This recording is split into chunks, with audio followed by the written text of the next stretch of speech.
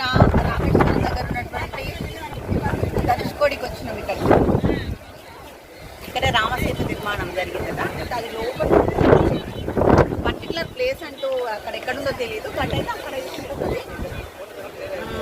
ఏమంటారు, అప్పుడు కట్టినప్పుడు, ఆ రోజుల్లో కట్టినప్పుడు అప్పుడు నేను సహాయం చేయకపోతే కానీ ఇప్పుడు ఒక రాయేస్తున్నాను నేను.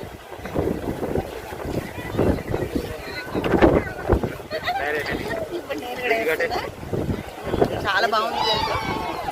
ఇక్కడికి ఒక 5 కిలోమీటర్స్ ఉంటుంది శ్రీలంక. అబ్బా డైరెక్ట్ వెళ్ళిపోయేదాన్ని నేను అయ్యో కార్లో. పోవడానికి వీల్లేదు, బెటర్లకు నెక్స్ట్ టైం.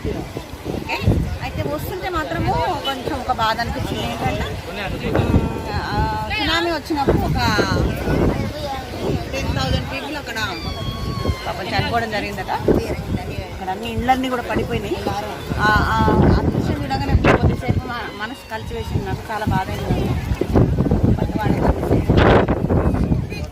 వాళ్ళ లైఫ్ అక్కడ వచ్చినాము. ఇంత ప్లేస్ అసలు వాటర్, ఫుల్ వాటర్ మిడిల్లో ఉన్నాము. చుట్టూ వాటర్. ప్లేస్ చాలా బాగుంది.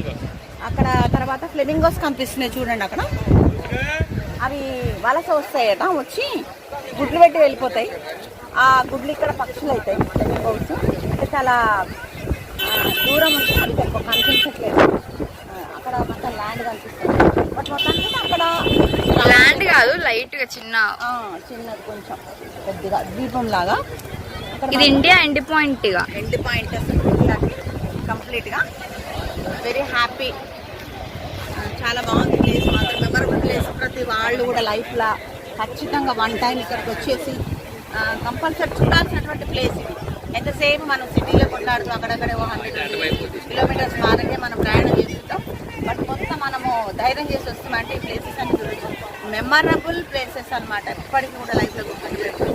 దాదాపు నిన్నటి నుంచి సముద్ర మార్గంలో సముద్రం మీదనే ప్రయాణం చేస్తున్నాం. నిన్నటి నుంచి కూడా వాళ్ళు మూసినా తెలిసినా మాకు సముద్రమే గుర్తొస్తుంది. Excellent place.